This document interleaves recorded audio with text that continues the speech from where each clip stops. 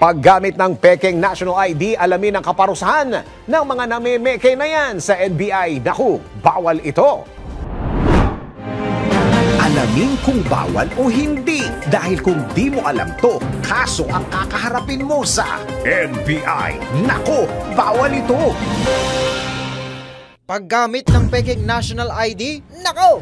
Bawal ito. Hinihikayat ng Philippine Statistics Authority ang mga Pilipino na gamitin ang kanilang PhilID o National ID para mas mabilis ma-access ang mga transaksyon at serbisyo. Ngunit paano kung gumawa ng pekeng National ID at ginamit pa ito para makapanloko? Nako, bawal ito. Ayon sa Republic Act No. 11055 o mas kilala bilang PhilSys Act, mahigpit na pinagbabawal sa batas ang anumang uri ng pandaraya, pamimeke o paggamit ng pekeng National ID upang makapanloko ng kapwa. Malinaw rin sa batas na tanging PSA lang ang otorisadong mag-print at mag-issue ng National ID. Ang sinumang lumabag ay maaaring magmulta ng 50,000 piso hanggang 500,000 piso o mabilanggo ng 6 na buwan hanggang 2 taon. Kaya kung plano mong pekein ang iyong National ID, huwag mo nang tangkain pa. Baka masabihan ka ng, nako, bawal ito.